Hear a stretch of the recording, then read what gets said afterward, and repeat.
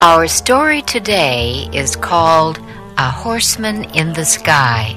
Carter Druse was born in Virginia. He loved his parents, his home, and the South. But he loved his country, too.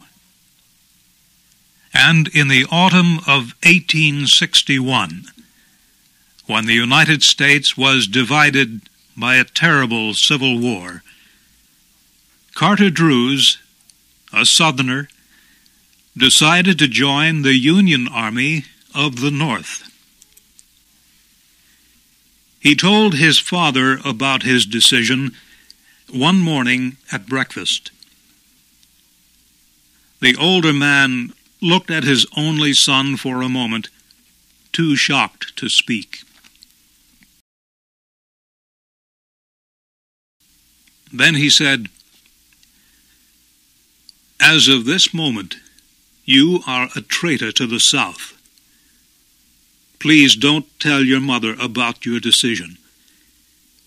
She's sick, and we both know she has only a few weeks to live."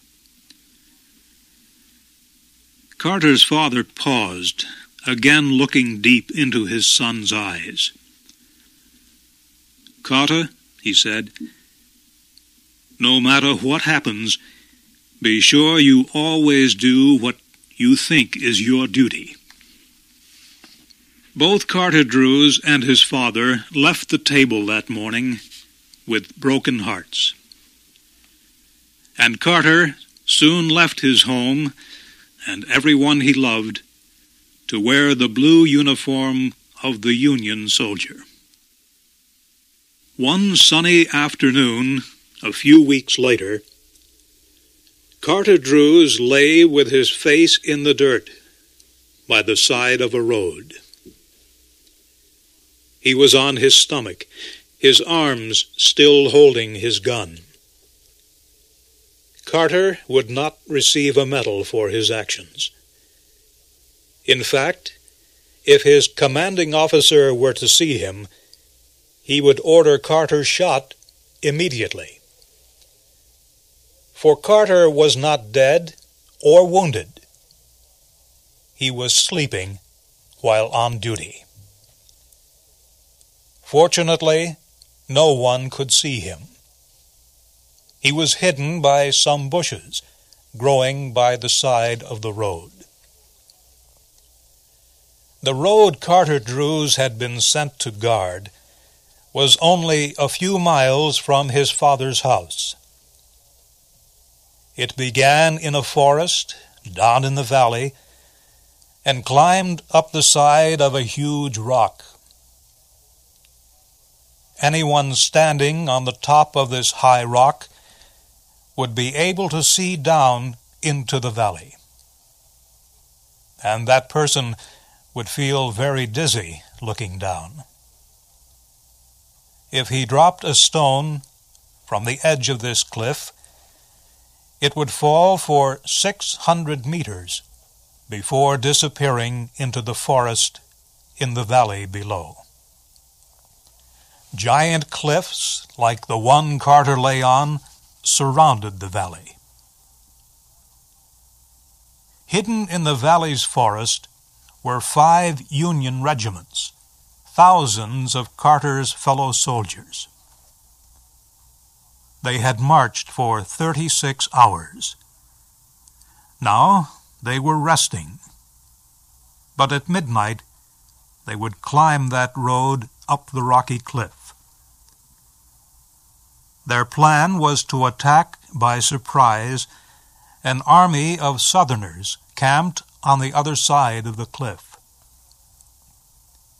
But if their enemy learned about the Union Army hiding in the forest, the soldiers would find themselves in a trap with no escape.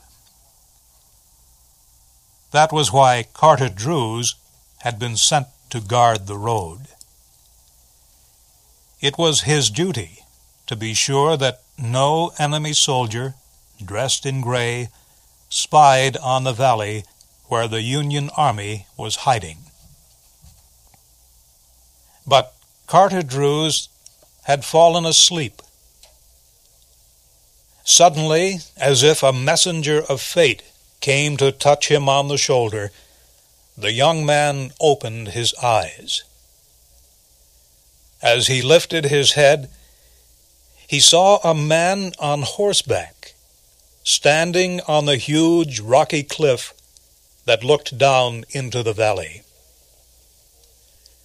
The rider and his horse stood so still that they seemed made of stone. The man's gray uniform blended with the blue sky and the white clouds behind him. He held a gun in his right hand and the horse's reins in the other. Carter could not see the man's face because the rider was looking down into the valley. But the man and his horse seemed to be of heroic, almost gigantic size, standing there motionless against the sky.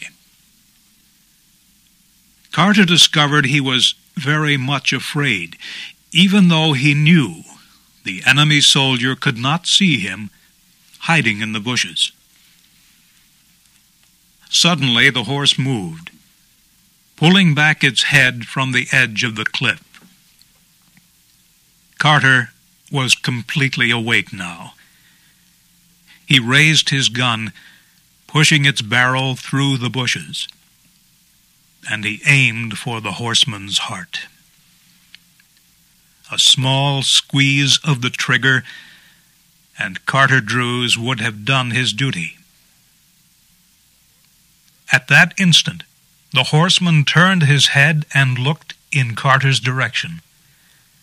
He seemed to look at Carter's face, into his eyes, and deep into his brave, generous heart. Carter's face became very white. His entire body began shaking. His mind began to race, and in his fantasy, the horse and rider became black figures, rising and falling in slow circles against a fiery red sky. Carter did not pull the trigger. Instead, he let go of his gun and slowly dropped his face until it rested again in the dirt. Brave and strong as he was, Carter almost fainted from the shock of what he had seen. Is it so terrible to kill an enemy who might kill you and your friends? Carter knew that this man must be shot from ambush without warning. This man must die without a moment to prepare his soul, without even the chance to say a silent prayer. Slowly, a hope began to form in Carter Druse's mind. Perhaps the Southern soldier had not seen the Northern troops. Perhaps he was only admiring the view. Perhaps he would now turn and ride carelessly away. Then Carter looked down into the valley so far below. He saw a line of men in blue uniforms and their horses slowly leaving the protection of the forest. A foolish Union officer had permitted his soldiers to bring their horses to drink at a small stream near the forest, and there they were in plain sight. Carter Druse looked back to the man and horse standing there against the sky. Again he took aim, but this time he pointed his gun at the horse.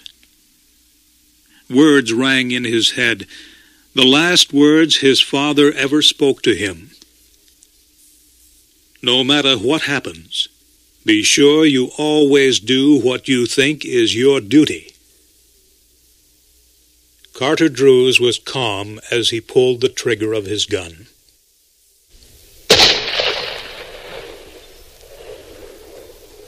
At that moment, a Union officer happened to look up from his hiding place near the edge of the forest. His eyes climbed to the top of the cliff that looked over the valley. Just looking at the top of the gigantic rock so far above him made the soldier feel dizzy. And then the officer saw something that filled his heart with horror. A man on a horse was riding down into the valley through the air. The rider sat straight in his saddle. His hair streamed back, waving in the wind. His left hand held his horse's reins, while his right hand was hidden in the cloud of the horse's mane. The horse looked as if it were galloping across the earth. Its body was proud and noble. As the frightened Union officer watched this horseman in the sky, he almost believed he was witnessing a messenger from heaven, a messenger who had come to announce the end of the world. The officer's legs grew weak, and he fell. At almost the same instant, he heard a crashing sound in the trees. The sound died without an echo, and all was silent. The officer got to his feet, still shaking. He went back to his camp, but he didn't tell anyone what he had seen. He knew no one would ever believe him. Soon after firing his gun, Carter Druse was joined by a Union sergeant. Carter did not turn his head as the sergeant kneeled beside him. "Did you fire?" the sergeant whispered. "Yes." "At what?" "A horse. It was on that rock. It's not there now. It went over the cliff." Carter's face was white, but he showed no other sign of emotion. The sergeant did not understand. "See here, Druse," he said after a moment's silence. "Why are you making this into a mystery? I order you to report. Was there anyone on the horse?" "Yes." "Who?" My father." You have heard the story called A Horseman in the Sky.